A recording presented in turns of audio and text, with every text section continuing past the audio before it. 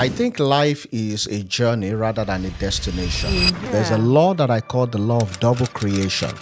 The law of double creation says everything is created twice. First in the mind and then in the physical. There is absolutely nobody that is self-made. So what does discovering purpose, being able to discover, what does that mean for you? And I always tell people that a dream is not what you have when you sleep. It is what keeps you awake when others are sleeping. Absolutely. And I think that's the difference between a successful person and somebody who is not. You definitely have to come back on every season, because I have, honestly, you don't have a say. Sir, no sir. You're going to come on every season we're doing. You're like our founding chairman. Not always start to earn from your purpose or to earn from your skills. Exactly. Sometimes you need to do what you don't like on your journey to doing what you like, because what you like is now big enough to pay your bills. If all you ever talk about is soccer, football, and Arsenal, and Man U, and you talk about all of those things, they are good, they're great, but if that's all you ever talk about, my brother, my sister, you have to do better.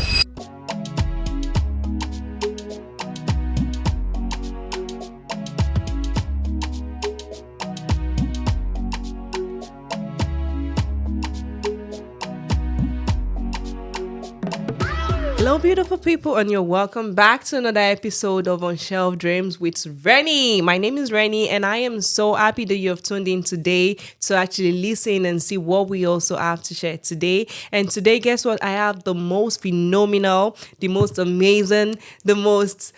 God, I don't even know the word to use to describe, the mentor of all mentors. I have him in the house today, and he's just so willing out of his gracious heart to just bless us with his knowledge. And I'm talking about no other person than Pastor, my mentor, coach, and everything good. Prof.Dave Alese, he is a seasoned entrepreneur. He is the man of God to the core. He is an encourager. He is a father. He is an author. He is a lot of things, right? Thank you so much for making the time to come out today. Absolutely. It's such a joy and a pleasure to be here. I would say this to you, though. I wasn't sure I recognized the person you were describing a few minutes ago, but so good to be here. And I needed to say how proud we are of you and the things that you're doing. Amazing work. Thank you for making us proud. And we believe you have a voice that the entire world should hear. So this is me rooting for you, clapping for you, so much. cheering you on. And we know that this is just the beginning. You're going places, You're going global, and the whole world will hear your voice. So good job, Rennie. Amen. Thank you so much. Right. We call this show Unshelved Dreams, and I actually want to even start by asking you a question about that, because when I was trying to do this podcast, I remember I asked you, sir, what do you think about this name? We were really going back and forth on the name. Initially, it was called Never Escaping Work. Then I told him that, some other people were like, Never Escaping Work is like, you're telling people that they will work till they die, right? Then we went on and on and on. And we landed on the name Unshelved Dreams. So I want to ask, what do you think about it?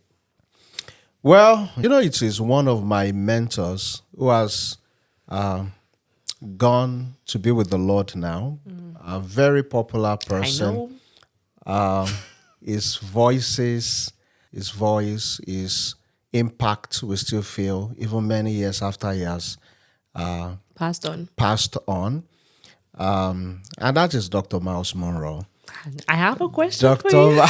I was expecting that. Dr. Miles said that the richest place on earth is not the oil mines or the oil fields of Saudi Arabia. It's not the best of the best deposits of gold. It is not the treasury of the most prosperous nation. That the richest place on earth is the graveyard. It is the cemetery. And it is because that is where you see a lot of books that were not written, see a lot of songs that were not sung, you see a lot of food recipes that were never published.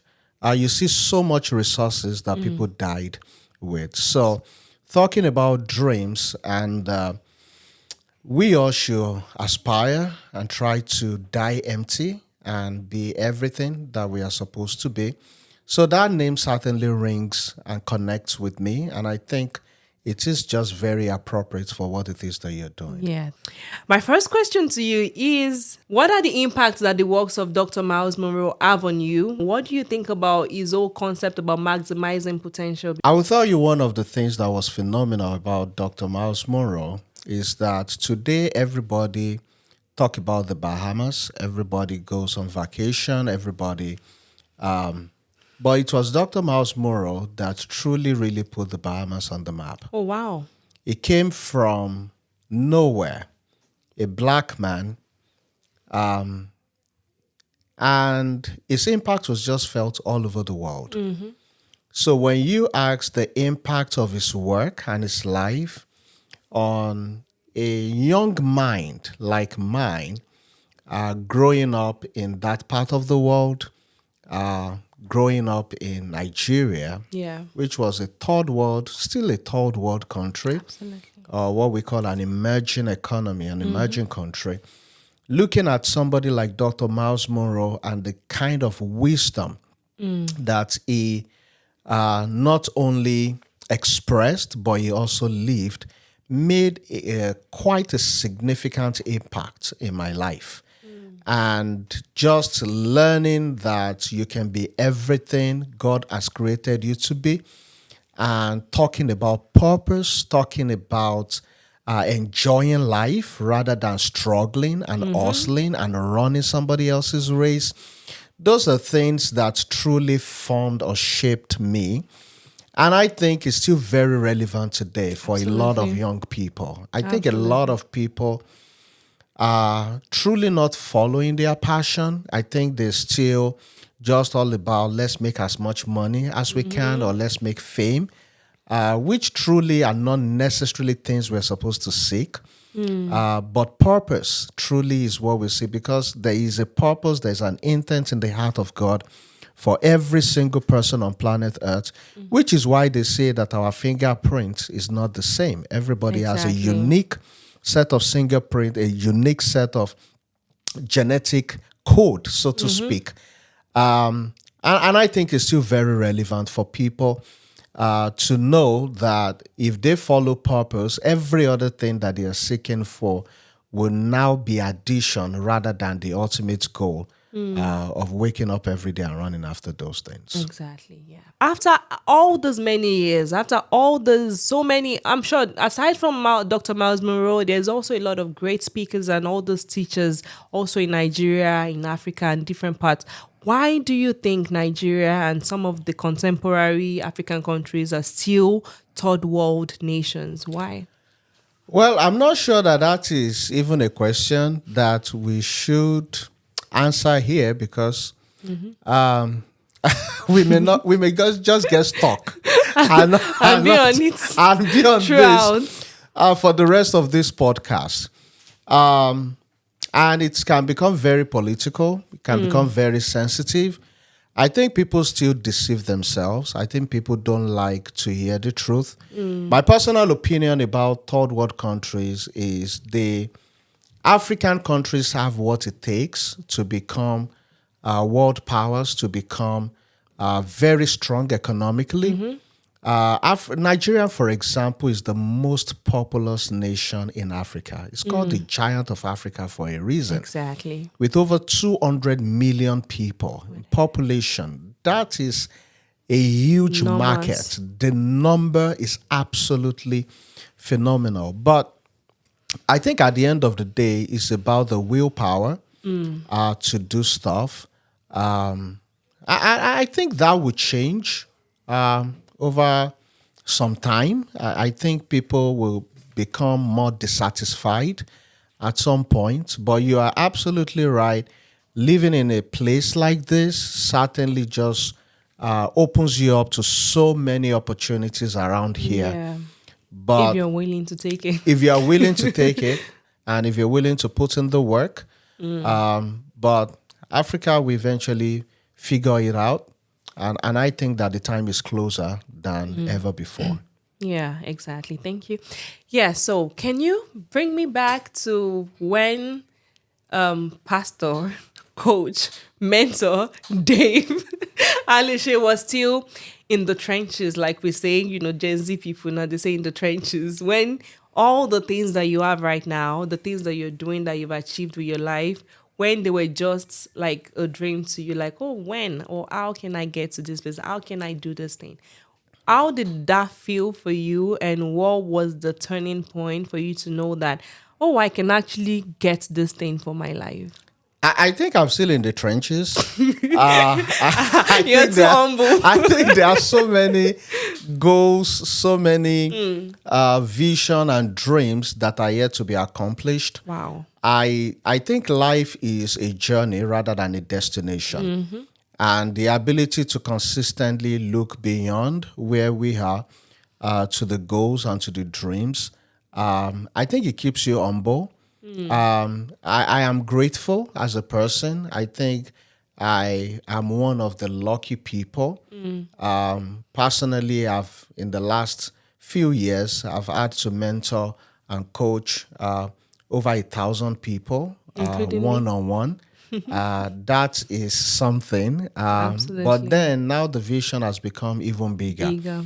But to answer your question about what it feels like when there was nothing, I think the dream of the future was so potent that we could not even pay attention to the difficulty of the moment. I think there's a way when you have a compelling vision, you really think less of the difficulty and the discomfort of the current or the present day. I always tell people that a dream is not what you have when you sleep. It is what keeps you awake when others are sleeping. And I think Absolutely. that's the difference between a successful person and somebody who is not. So if you look at people, and I love autobiographies, I love reading biographies, I love hearing people's stories. But when I read stories or I hear people that are doing very well and I've touched a life and I've touched many lives. One of the people that I've been following quite recently, and I mean more intentionally, is Jeff Bezos Oh, yeah. of Amazon. I mean, Amazon is now doing Amazon Pharmacy. And I know people can argue and people can talk about how he just wants to monopolize the market, dominate the market, and all of those. But doubtless, people like that are affecting the world and changing lives in no small measure. But when I hear their story, another person I've been reading and following after a lot is Elon Musk. I don't particularly believe some of his values and some of the things that he does or says, but you really also cannot doubt the fact that the guy has stuff. You don't become accidental success when you have built multiple things and you are consistently successful. Exactly. If you stumble into something, you can say, oh, it was luck. But when you are able to consistently build Do it. multiple things, then you need to give him his flowers. He's a Absolutely. great guy. He's Yeah, amazing. you have something to learn from him. Absolutely. And you have a lot of things to learn, actually. Yeah. But so when I hear their story and how it is that they will not think about the discomfort of starting in a one-room apartment or in the garage or even dropping out of school. Another person I love, I've read all of his books, is the founder of Virgin Group. Yeah, Richard Branson. Amazing guy. These were guys that had difficulties. They had reasons to have felt they weren't going to do so much in life. But then you look at what they're doing today and you see that they are just changing and impacting the world. So to answer your question, Rennie, in those days and even now, when we look at the things that do not seemingly look good, or the discomfort of the extra work, or the grind and all of those, I think it is more of the compelling vision. And that's why I say that once a person gets a vision that they can't get off their mind, they become unstoppable. Exactly. Nothing absolutely can stop them. Yeah. I think that would summarize what my story looks like. So your background, I see, I know you've been to Harvard. I'm going to brag on that. And you've been to MIT, which is the Massachusetts Institute of Technology. And also, prior to all of those beautiful, amazing things, you are a trained electrical engineer. So, how does a trained electrical engineer go from that to become a uber successful entrepreneur in America in millions? I know you don't like us to talk about it, but how do you get to leave all that to now become like a very successful entrepreneur who owns franchises of multiple businesses, a lot of real estate? And how do you go from that to being that kind of entrepreneur? Also, you're a pastor of a very huge population of people and you mentor a lot of people. You're also a devoted father and husband to Antonike. Shout out to you.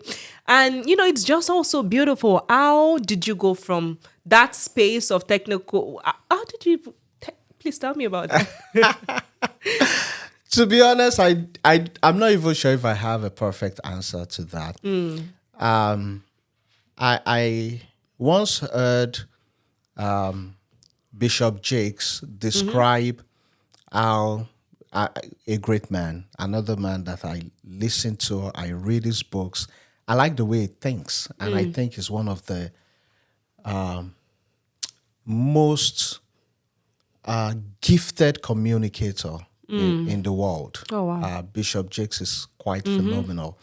But I once heard him talk about how it would be a disappointment to God if he stopped exploring himself and seeing what other opportunities or what other things that he could do with life just because he's successful in 7 or 8 or 10 things. And I can very much relate with that. So when you talk about being an electrical engineer, by the way, my wife and I joke about it all the time that even though I did engineering in school, I don't know how to install a ceiling fan. Or change the light bulb. Well, I do know that. I can certainly change the light bulb, but not anything. I've never really had to work as an electrical engineer. It was something that my parents wanted me to study, and I did that. But from the day that I graduated, I knew that that was not it for me. I'm grateful for the education. Engineering certainly helps to shape your mind in a particular way. But I've always known that I wanted to do business. I wanted to provide services to people. I wanted to touch people. I wanted to bless the world and help a lot of people. So that truly is what the journey is. So when you look at the different things that I do today, I think it's just me exploring and just being open-minded and looking Willing for to what try. else and just trying. What else is there? What else is there? Absolutely. And you will fail. I failed multiple times at different things, but we keep exploring, It's we a keep part of the trying, journey. and it's all part of the journey. Exactly. Thank you for that. After you decided that this engineering situation was not your cup of tea and it does not rock your boat, what did you do after that? Well, I think shortly after college, in fact, while I was still in college, I started doing business. I started looking for opportunities in the space, in the environment where I was. For example, back in Nigeria, where I did my first degree, I noticed in the school that there was usually short of supply of eggs. And as ridiculous as that may sound in an environment like the United States, where you can have a shower with eggs if you want, if you please, by just going to Costco I know. or Sam's Club and just getting as many eggs. You can shower with it. Yeah. But in my school at the time, there were usually short supply of eggs. And I thought this was a great opportunity. So I remember how I spoke with a older friend who was working with another company that had a large farm. And now it is that I will go there, go buy the eggs, put it in the truck, Selling bring it eggs. to school. And I was selling eggs. Wow. And I was known as the guy that is the egg guy. seller, the egg guy. Eggman. In my room, in school, I had stack and stack Egg of crates. crates of eggs, and people would come. And at some point, I was the one supplying eggs to all the hostels, Wow. all the women doing egg buns and doing Wow. Scotch eggs and doing all the kiosks, the talk shops. Imagine. I was the one supplying them, and then they pay after they've sold them. I ran that business model. I give it to you on Wow. credit. They pay, which was quite interesting.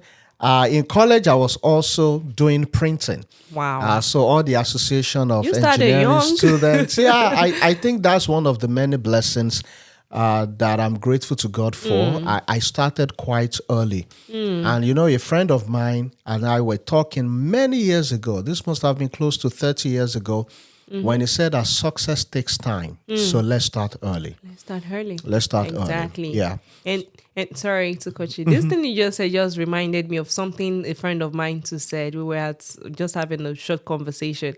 And it was like when his dad was passing before, because his dad, he died during COVID.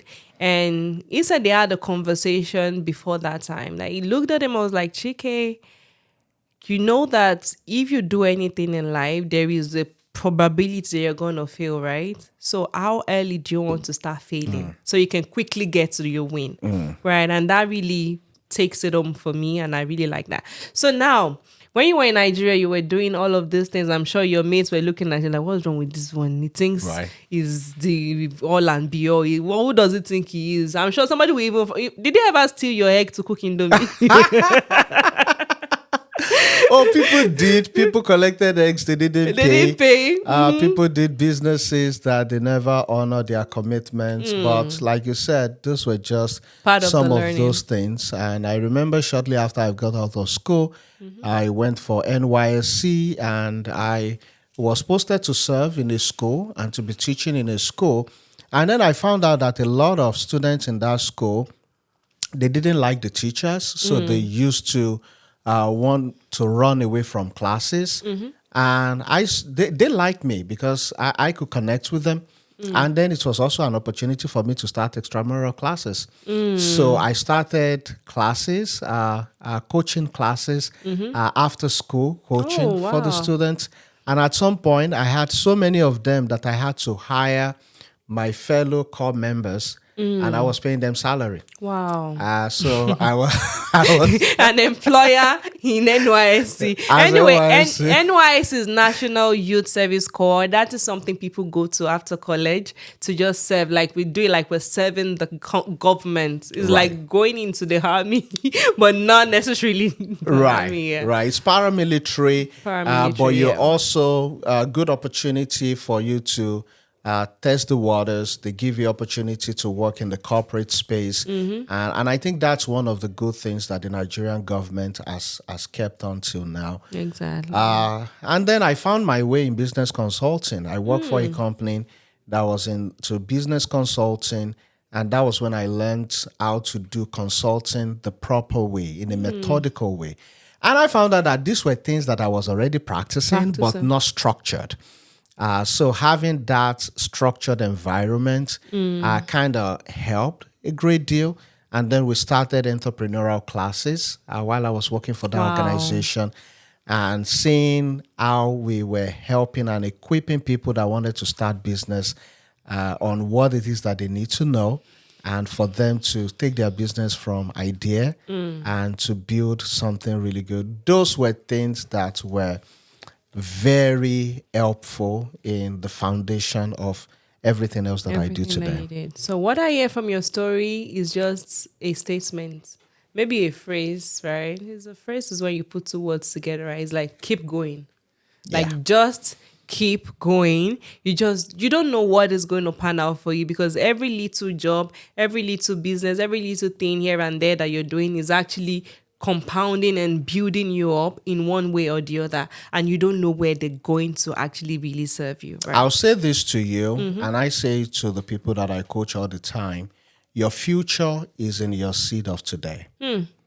Everything you are today, everything you do today is a test That's good. in life if your future will be delivered to you or not. I like to say to people, we expect and we are hoping that we would see many opportunities, many business opportunities, and all of those.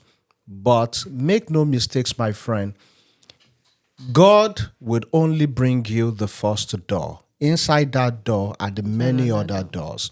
If you despise the door, if you despise the job you're doing today, you despise how much money you have today, you despise your income today, you despise the opportunities of today, and you think you're just waiting for that huge break, you're missing the point, because inside the opportunity of today Yeah. are the future. And so the more you work what life gives you today, the more you're diligent, you're profitable with it, the more you will be opening yourself up to the opportunities of tomorrow. Exactly. And that is so good. Right. So I hear what you say about just not despising any opportunity, that anything you have right now is still what we talk about practicing gratitude, right? You may really not like that job, but how did they say this thing again? Whatever you resist, it persists. So instead of you resisting that job and aiding on your job or whatever it is that you don't like right now, first and foremost, embrace it, and gradually God is going to take it out of your hands, right? But you don't have to frustrate yourself to the position where it's like you don't even see your opportunities, right? If you I've seen so many stories. One of the stories that inspires me is that of Liz Brown. Liz Brown was told he could never be a radio host. He was told he could never be a coach. He could never be a motivational speaker. But it just so happens that he accepted the job, working. In fact, I'm not sure if he was paid in the studio. And the person that was supposed to anchor a particular show did not show up. Or there was something that happened with the person.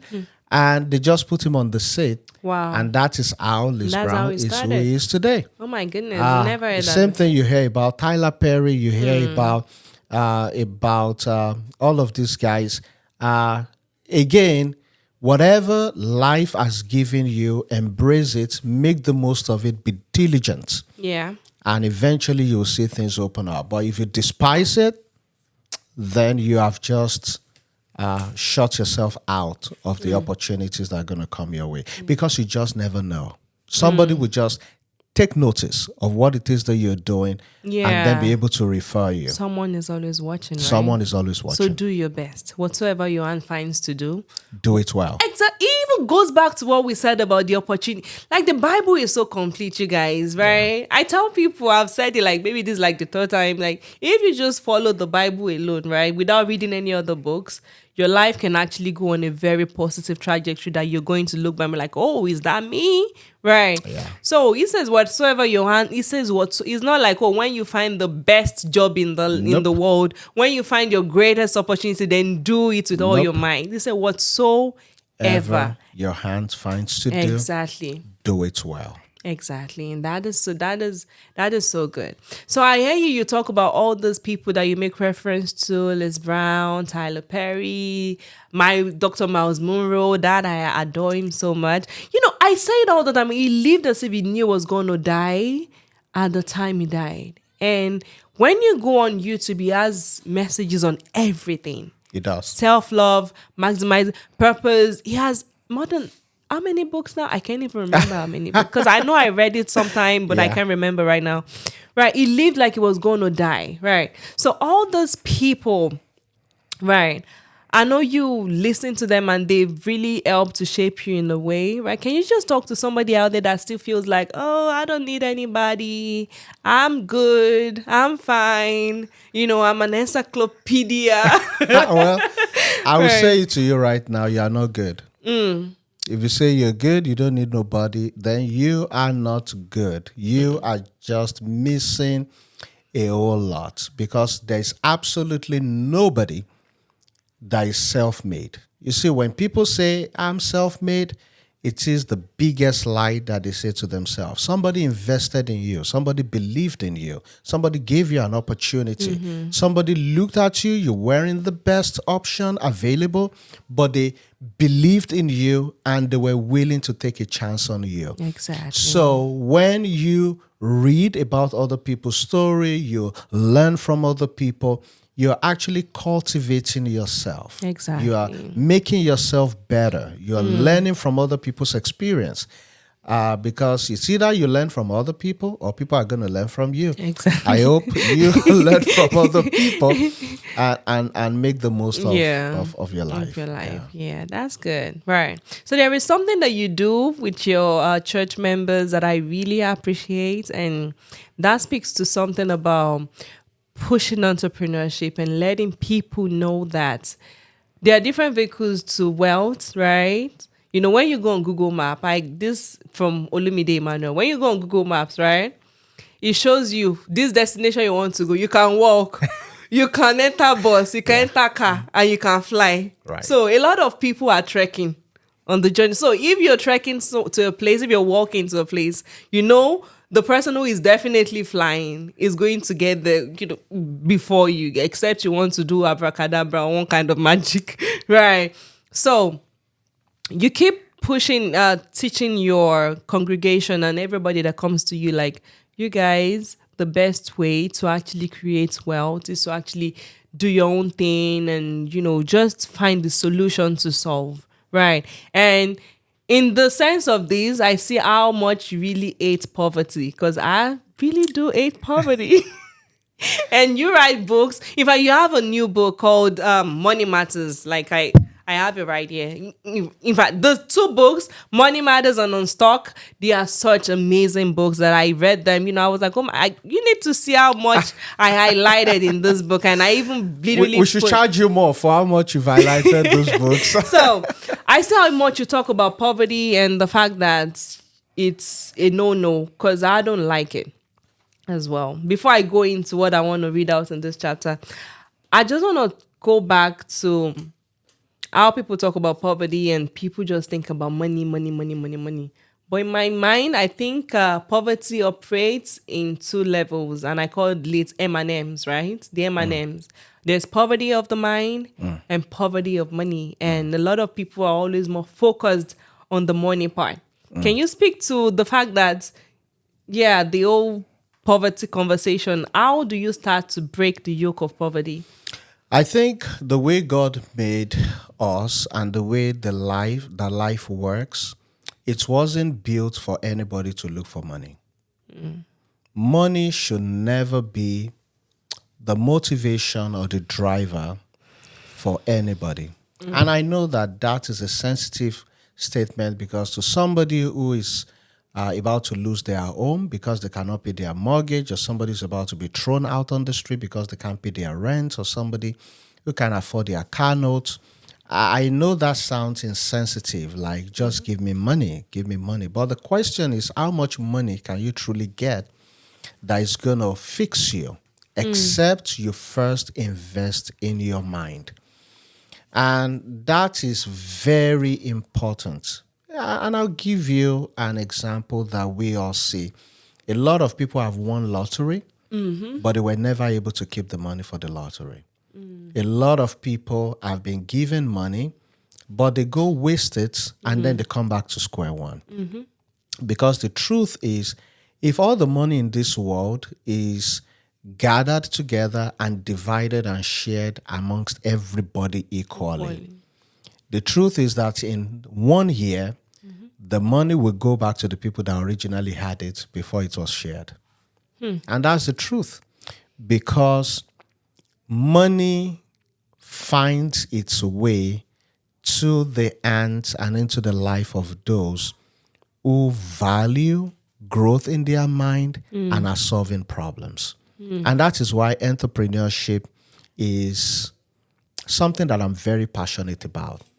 People are looking for money, but there are opportunities to make money that people do not want to go through that route, but they are chasing money.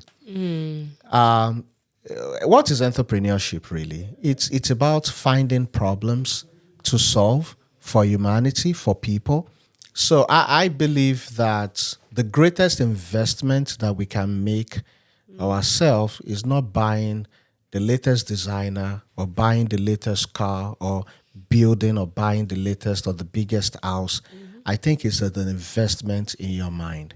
Because once your mind is rich enough, it will attract its external equivalent. It will attract its material equivalents.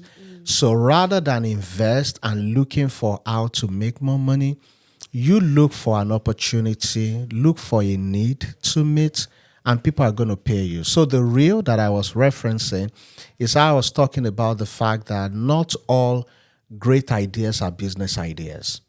And that is quite profound because a lot of times we have like that eureka moment, you have that fantastic idea that comes to your mind and you want to run with it, except that people are not willing to pay for it.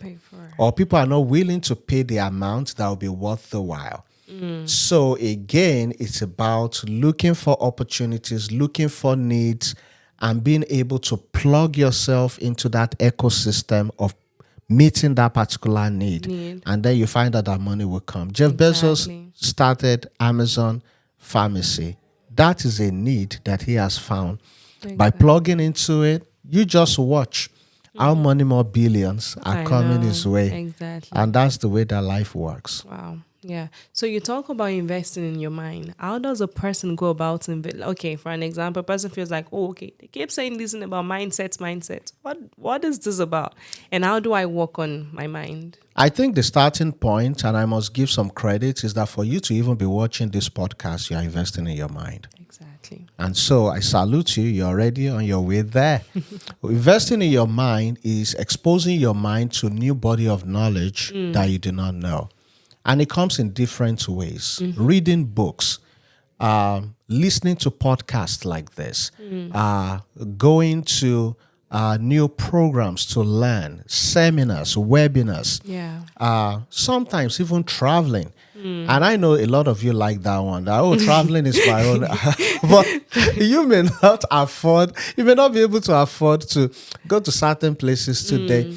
But I know a lot of you would have found yourself in a situation before where you got somewhere and you just have this feeling that I've been here before.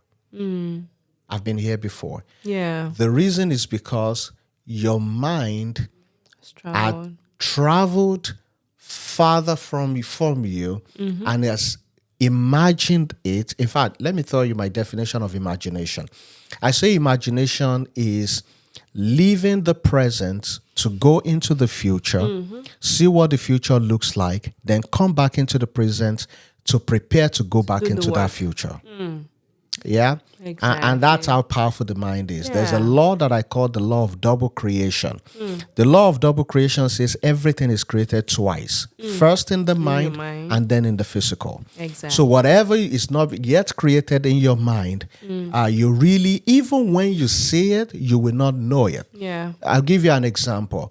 If you have ever thought of buying a particular car in a particular color, you found out you get on the road and that's all the car you're seeing. Yeah. You're just seeing the car, and you almost want to say, oh my God, this car is so common. There's a lot of people driving it. Exactly. The truth is, everybody that owned that car have always owned it. They've always been driving it. You just didn't see it on the road because it wasn't in your mind. The same way opportunities are on our road every single day. But because your mind is not built enough for it, those opportunities are passing by you. And just like you didn't see the car, you probably just didn't see them. So people come and say there are not enough opportunities. That is a lie from the pit of hell. There are opportunities on the road every single day. You are not just saying it because you are blinded in your mind. Exactly. Wow, that is so good. Right. So now you talk a lot about mindsets and all those things, and that actually, in fact, what you just said right now about seeing all those cars and when you thought about it, I actually read that in the book by Jen Gottlieb. It's called Be You. Yeah, I think Be You, something in that likeness, right? I read that. There's a name for that thing. I probably have to go look out for it. And, the fact that you think about something and all of a sudden you start seeing it. It just is, and I love how you link it out to opportunities. The fact that if you don't grow your mind, you're not going to. When I started watching a lot of podcasts, that was when I was like, I can actually do this too. I want to do this, right? And the opportunities started creating themselves, and we're here, right? And now you're a pastor, right? And you talk about money, entrepreneurship. In fact, in your book, let me just read this quickly. Poverty is not a gentleman. These are your words. Poverty is an armed man and an eventual killer. It is such a killjoy. It kills dreams and vision. It makes people lie. It makes people die before their time. It attracts disease and gets people diseased. You should be a rapper. Diseased without fulfilling their purposes. Poverty causes greed and chaos even amongst blood-related family members. Poverty, among several things, makes even the most romantic of relationships become sour. Right. If money cannot buy happiness, the question I usually would ask is, what can lack or poverty buy? And this brings me to my question. Those are really fantastic words, by the way. You guys need to get the book, Money Matters, and Unstuck. They are books that can literally help you to unlock greater heights in your life. Because we're talking about investing in yourself. Investing in your mind is also buying a book to read and learn from somebody. Right. So being a pastor and you're this angry with poverty, I'm sure some pastors must be looking at you like, money is the root of all evil. That man is not a man of God. And I'm serious. Do you know that a lot of people, maybe from where we're coming from, they still believe that when you're always on about, I need to make money, I need to do this, I need to achieve this, right? They just feel like this one is just a vain person. You're a child of the world. You are just thinking about, you're a selfish person. Money has a stigma to it these days. People feel like the fact that you're looking for money or you are very ambitious, they just look at you like, what is wrong with this one? Go and sit down. What do you have to say about that? I have so much to say, but I'll say it in very little ways. The Bible never said that money is the root of all evil. It said the love of money is the root of evil. But the Bible also says that money is a defense. In fact, when Jesus was talking, he elevated money above everything else, including Satan. Jesus himself speaking, he said you will either have to choose between, you can be a servant to two masters. And he said God or mammon, which is money. Meaning Jesus elevated money above even Satan. And that is why I believe that the second most powerful thing on earth is money. Jesus gave more parables about money than any other thing. Why? Because money is very personal to us. In fact, that is the reason why you don't want anybody to know how much you are earning. People hide their paycheck and their bank account. And people will do all kinds of things for money. But there is supposed to be a better way around money. I don't think that God made us to seek money. I think he made us to fulfill purpose. So money is not evil. I believe that you really cannot even be everything God wants you to be if you are in poverty or you are in lack. Like you read in that book, I have seen poverty do more harm and more evil than Satan himself. I have a foundation that helps to pay for people hospital bills, that helps to pay for minor surgeries in developing countries. I've seen people go blind because they could not afford to pay $100 worth of medical procedure. Now, tell me how devastating that is. People losing their sight, people dying, women dying during childbirth because they could not afford, the destiny of those children affected just because of poverty. Sad. I think God hates poverty. I hate it too. So if there's anybody that feels that poverty is good and poverty is the will of God, well, God bless you. You stay in there and let's see how much good you can do to the world. But I have seen how much good that we can do to the world when we have the resources. I'll tell you this. About 7 years ago, I was working on a project in a developing country, and that project was sponsored by Bill and Melinda Gates Foundation. I was a consultant on that project, and I could see the amount of good that they were able to do because himself and a number of his friends that are billionaires decided to give away a significant amount of money out of their wealth in order to do good to the world. Exactly. That truly is what money can do. So, if you ask for my opinion about poverty, whoever wants it, God bless you with more of it, but certainly not the will of God for anybody. Anybody, yeah. Wow, I hear you. So money can do a whole lot of good. And it is not money that is the root of all evil. It is your own heart, it is your mind, it's that Yep. love, that excessive love. The fact that you can just look at somebody and decide that is their head that is supposed to bring you money, and you go ahead and do rituals or do all those crazy things, steal money, lie for money. Those are the things that make it's bad. It's not the money itself. Me, I love money. My last name is Owoyemi. Like money fits me. You guys, We yeah, won't even be in this room if you didn't have Exactly. the money to pay for it. certain things. So right? your dream, your vision to create podcasts like this and help other people, you needed money to even be able to do it. Exactly. So I don't know what good poverty has done anywhere in the world. Oh, good. But truly to fulfill our purpose and to be everything that God wants us to be. In fact, you can't do church work without money.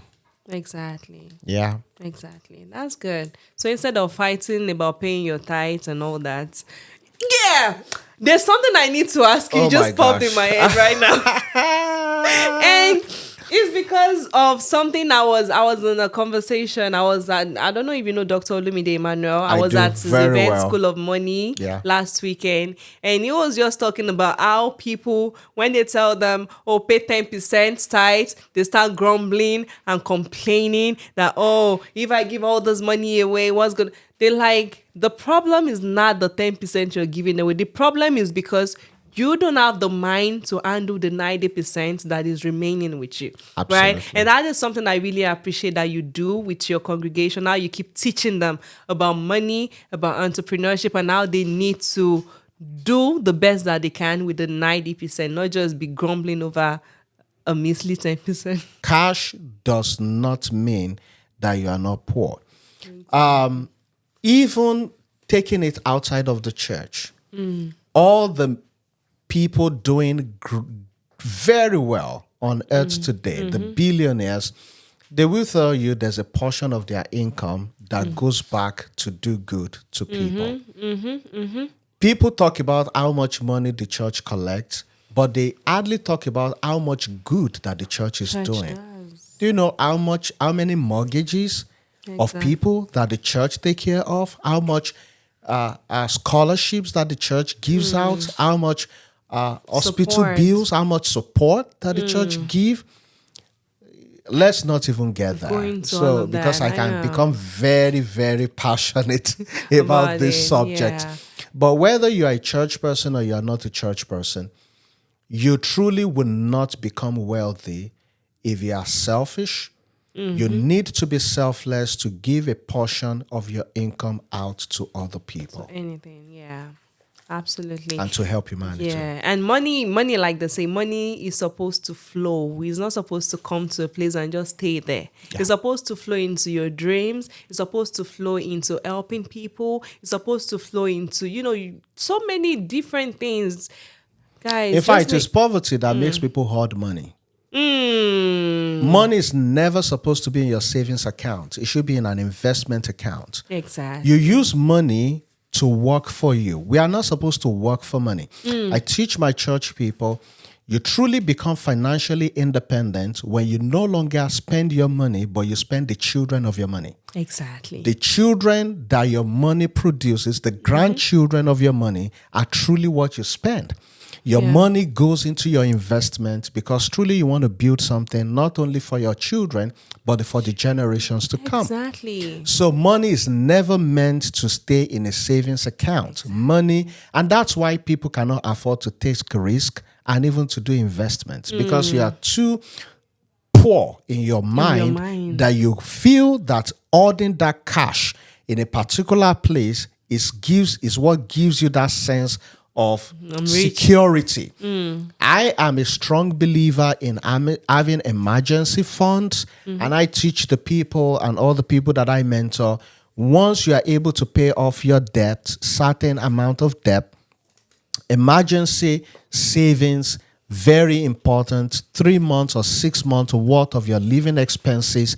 Every single dollar outside of that should be put in investment. You should make your money sweat and make more money for you rather than keep it in it an somewhere. account and be hoarding it. It is poverty that makes people hoard money. Not like some politicians in Africa that actually keep No, money. please don't go in, there. in septic tanks. No, I don't want to say, but honestly, No, those are the poorest people on earth. They think cash is what makes people rich. Not true. In fact, you will ask very successful people, billionaires, how much cash they have sometimes. And some of them will tell you, I'm broke. I don't have so much cash. But they have assets that they can turn liquid anytime. Exactly. Right? Because they make sure that all their money is making more money. Something for them. Make your money sweat for you. Make it work really hard for you. That truly is how to become financially independent. You say why you're my mentor. Yeah, I mean, I just really love, all the conversations we get to have. You guys, you're missing. You need to invest in a person like this. Buy books, join their programs, and your life is going to change. I was not like this like a year or 2 years ago, but now I'm talking investments. I'm talking mindset. Like, who am I? But anyway, so my next question to you is really about, fine, you already kind of touched on it about understanding money. I was going to ask you, like, when a person wants to be like, okay, now I understand money, I am financially literate, what does that look like for a person? I think the best way to judge how financially literate you are is about the decisions you make with your money. Number one, everybody must start with earning something. Absolutely. And I cannot overemphasize that. You need to earn something. God is not a magician. God does not make counterfeit money. Listen to me, folks. No heaven is going to open and you see currency fall. That is a lie. If any ever falls, it is counterfeit and you will go to jail if you spend that money. What God blesses you with is ideas and opportunity. And I say success is when opportunity meets preparation. So it is a combination of your preparation and the opportunity. However, you have control only on one. Nobody has control on their opportunities. The only one you have control over is your preparation. Yeah. But when your opportunity arrives and you are still preparing, you're already late. You must be prepared that if your opportunity ever shows up, even your opportunity will know that this guy is ready. This guy is ready for me. He was waiting. He was waiting for me. Yeah. So I say, make sure you are earning something. That is the starting point. And I don't care what job you do. Start earning something. I say to people, no job is beneath me. There's absolutely no job I cannot do. If I have to go do it in order to make money, any legitimate job, there is dignity in labor. I don't care whether they pay you $12 an hour, $15 an hour, $20 an hour. That is the starting point. Do not despise the days of little beginning. Do not despise the days of today and the small beginnings. Take that money and begin to budget with it. Keep a portion of it for investment. Keep a portion of it for your needs, for your wants, and also for investment. And over a period of time, whether you earn 30,000 per annum or you earn 300,000 per annum. In fact, I've seen people earn 60,000 per annum and they are living well, even better than people that are earning 120,000. I've seen people that are earning 60,000 and they are richer than people that are earning 200,000. I believe you. Because at the end of the day, it's about how you manage money. Money runs away from people that do not manage it.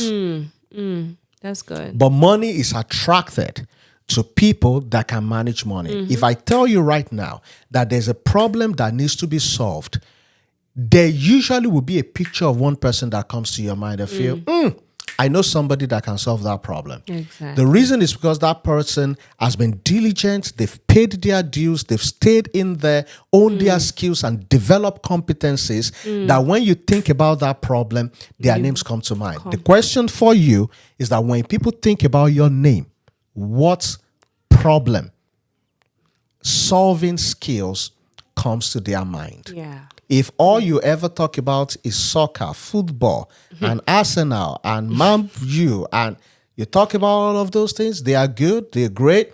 But if that's all you ever talk about, my brother, my sister, you have to do better, right? When people remember you, there must be a problem that comes to mind and comes to the fact that this is the person that can solve that problem. Yeah, that's good. Another question based on the fact that we've talked about all those things is the fact, what does purpose mean to you? Because I know we touched it a little bit earlier. So now that a person is being taught about for a problem, right, it just means that they are kind of like walking in a particular kind of purpose, right? So, but a lot of people, they all get these all different ideas about purpose, like it's something that they're supposed to come from anywhere and just fall on them. It's like they feel like they are expecting the anointing to discover their purpose, right? So what does discovering purpose, being able to discover, what does that mean for you? And yeah. Well, I believe, first of all, that nobody is here by accident. I believe there are absolutely, and I know somebody is watching or listening to us and saying, hey, guy, you don't even understand. Even my parents said I'm a mistake. There are absolutely no illegitimate children. There are only illegitimate relationships.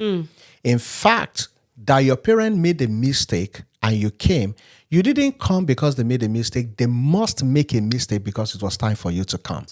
So there is a purpose in the heart of God for every single person that is here on earth. And that's why our set of fingerprints are different. They're unique because there is a purpose for you. But purpose is not something that you create. It's something you discover. And I think that's one of the things that God has done that's just so beautiful. It's a work of heart. God build purpose in our hearts and expect us to find it and to live in it. I once did a teaching series and I asked about 18 different questions that every man must ask themselves and be able to answer on their journey to discovering purpose. One of those questions, for example, is what annoys you? And as interesting as it is, everybody enters into a particular room. We all see the same thing, but it is something annoys you that does not annoy the other person. For somebody that enters this room is the way the mirrors, and somebody can tell how straight the line of the things on the wall and all the frames are. Somebody else can look at the color and say, if only if they've matched it with this or matched it with this. Somebody else. We all can see different things. When you get into a space, what annoys you? Number two, I talk about another question that I ask people to ask themselves is, if every job on earth paid the same amount of money, what job would you choose? If every single job, we're all going to earn the same salary, what job would you do? What do you do effortlessly? When you are tired, that's another question. When you are tired and people see that you are really tired, what activity do you engage in that kind of makes you come alive again? Yeah. Now, when I came here this afternoon, for example, you could tell that I was tired. I just wanted to sleep. But as soon as I started speaking, it felt like there's fire in my bones. Yeah. The reason is because I personally just love to teach. I just love to talk about concepts, talk about solutions, and help to break complex situations into simple format that people can absorb and understand. Exactly. When people think about you, what comes to their mind? That's another indicator of purpose. Because everything about purpose is inbuilt. God built it inside of you before you even showed up. Yeah. You see little children. Another question is, what were your childhood fantasies? When you didn't make no mistake, you didn't know no failure, children are so pure in their heart. What were the fantasies that you used to, what were the things that you used to talk about? Exactly. So those are some of the pointers to purpose, but it is every man's responsibility to identify it, figure it out, live on the inside of it, and you will see that life, because I've seen people that are in sports and are so excelling. I've seen people that are inventors. I've seen people that start businesses. I've seen people that are just teachers. I've seen people that are politicians. I've seen people that are people in law enforcement. So the more even though you're different people in a particular industry, you see people excelling and you see others not excelling. So it is not one particular industry that make people excel. I know a lot of people in IT that are struggling. So when people say IT or healthcare, I know a lot of people in healthcare that are not doing well. It has to align with your purpose so that you are not struggling. Yeah. If you will not be paid a dime, what would you do for free Exactly. that still make you excited? What do you lose track of time on? What activity do you engage in? The day you become truly successful is when your purpose, your giftings start feeding you. Wow, that is profound. And thank you. Yeah, because when you talked about what did you like as a kid, I remember then when somebody asked me, what do you want to do when you grow up? I used to say for a long time, I want to be a TV presenter, right? Oh, look at But that. I mean, I left everything and I've gone ahead. I've worked in finance. I even had a fashion business. I've done so many things. But, now I feel like I'm in the pocket. Like that's a language we use in the pocket, like you feel like you're really doing what you really enjoy, what you love to do. We've been doing this since morning and I don't feel tired. That really just resonates with me, and it just threw me back to, just thinking about how this was still a dream. It's just honestly find what you love to do. What's really that idea that won't go away. Yep. Yeah, that idea in your mind that won't go away. Just find a way to fine tune it. Right. And if I may just add something to this, you will not always start to earn from your purpose or to earn from your skills. Exactly. Sometimes you need to do what you don't like on your journey to doing what you like, because what you like is now big enough to pay your bills. Yeah. Because a lot of people also feel, speaking or television is my thing, and they're just waiting to do television. For God's sake, go get a job at Walmart. Exactly. Make a decent income. Pay your bills. Be a responsible citizen. While you're doing that, it is not what you love, but you are on your way. The only problem is don't get stuck doing what you don't like at the expense of what you love. So everybody should have two types of jobs: your day job and your night job. Your day job is what pay the bills. Your night job is what you love doing, and it is what would eventually grow to pay your bills. Yeah. So until your night job becomes your day job, don't stop. You got to keep both jobs. Exactly. That is so good. Thank you. Right. So we already talked about all your accolades and everything that you've been able to achieve in your life. You're a pastor, a devoted husband, and, I was about to say devoted husband and wife. And a very loving, doting dad on your kids. And you, pastor, like you're a proper shepherd who actually you tender to the congregation, because I've seen it. I've been, I've experienced it over and over again. And also you're an author. Now, I know that we talk about balance, but in a way I kind of feel like I don't know if there's a word called balance, right? So how do you do all those things together? Because I know you have a lot of businesses. You're a very, very busy man. How do you put everything together and make sure everything is going well? At the book launch of my two recent books, on stock, on stock and money matters, somebody asked me that same question, that how do you ensure work-life balance? And I know my answer was very funny to them. I said to them that there's nothing called work-life balance. Exactly. It's never balancing. However, there is purpose-life balance. And it is the ability to look at the things that are very important to you, the many hats you wear, the things that are close and dear to your heart, and make sure you make adequate arrangements and adequate provision for each of them. So my purpose life balance may be different from the ratio of what your own balance will look like. But depending on how many things that you do, you certainly need to just find the right fit for you. For example, my daughter, who is just 12 years old, now attends all of my seminars. Oh, wow. During this summer break, I have a daughter who is 12. I have a son who is 10. And part of the activities we're doing this summer break is that they are reading a book by John Maxwell, one of my mentors, 21 Irrefutable Laws of Leadership. Wow. And these guys are reading one law per day, and then we discuss it. And in fact, very recently, I started paying them for the books that they read. Wow. So if you want to earn some money, you got to read a book, Are you and adopting? then I pay them.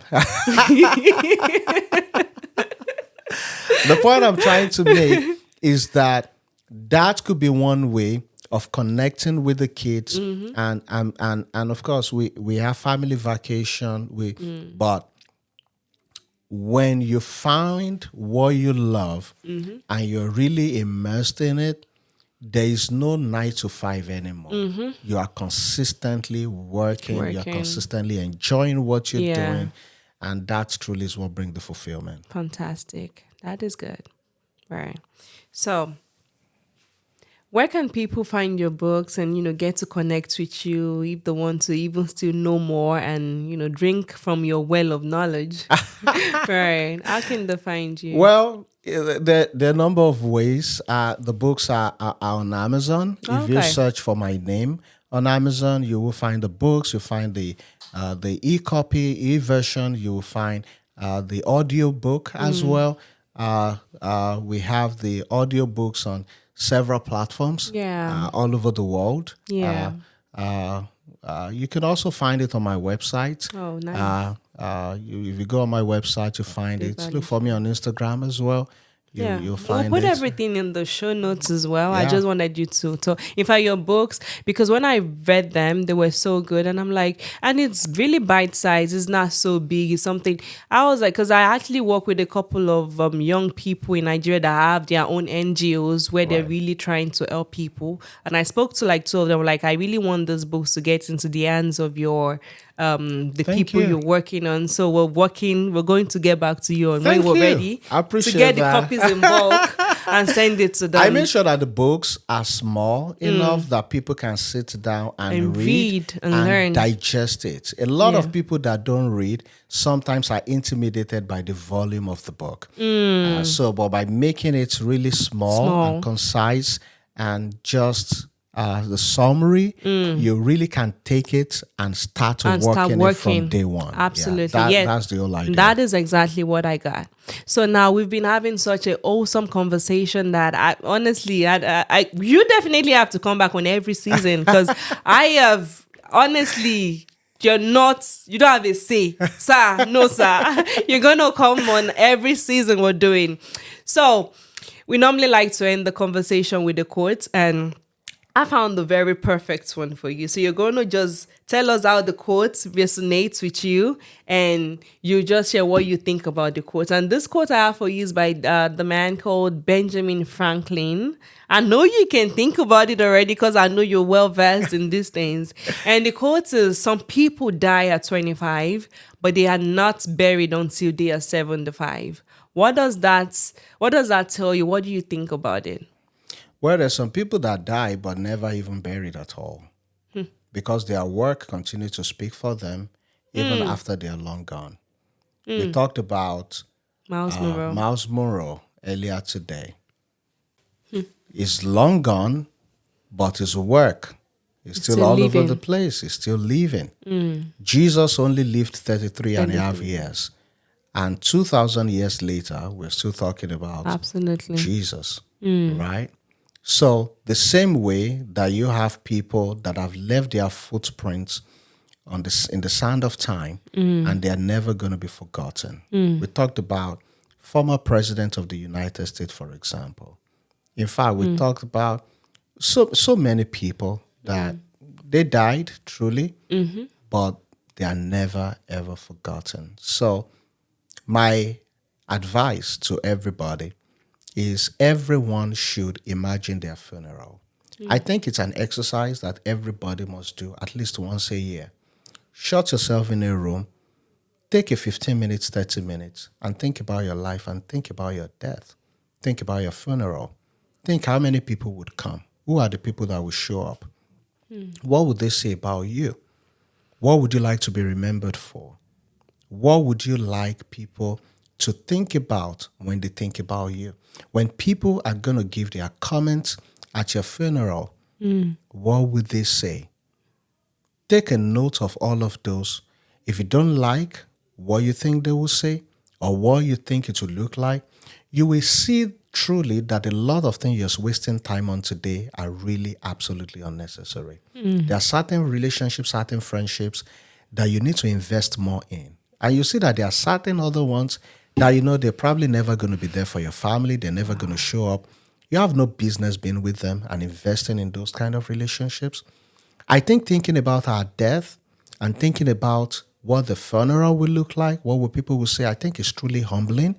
And I think it's going to prepare us for the future. So what you do is that after that session, now come back to reality and start living your life on your way to your death. Wow. That is honestly, that is so deep. And I like it. And it was so good. Thank you. And thank you so much for being here today to just share some more. I really appreciate you, and I really cannot wait for us to see the final look of this and for you to even come back again. Because I'm never going to get tired of listening to you or learning from you. So thank you so much, Pastor. And I've enjoyed our conversation as well. Yeah, so I'm thank glad. you for having me. Thank you so much. And I certainly would be happy to come again. Oh, yeah, absolutely. Yeah, you are like our founding chairman. Yes. So you've been... No, you settled. Right. No case. Thank you. Yeah. And thank you so much, everyone, for being a part of the show today and just learning and listening and investing in your mind, investing in yourself, and just being on your journey to become a more valuable person who is also on their way to living an extraordinary life. Because when you invest in your mind, when you do all those things, when you take all those practice steps, when you listen and learn from people like Pastor Dave Alese, your life actually will never remain the same. And like you said, if you like to get mentored, if you're looking for a coaching program, somewhere where you can just be and just learn and just grow as a person, you should definitely, if I reach out to me, I will take you, hold your hand and go there like, this person wants to have a better life. So let's help them. That truly is what my purpose is. Yeah. And I found it is helping and empowering other people to be their best version, the best version of themselves. Yeah. And for everyone that I come in contact with to die empty. Wow. That is what I live every day. That is good. You guys, I'm on my way to dying empty. So join us. So thank you until next time. And I'll see you in the next episode. Bye.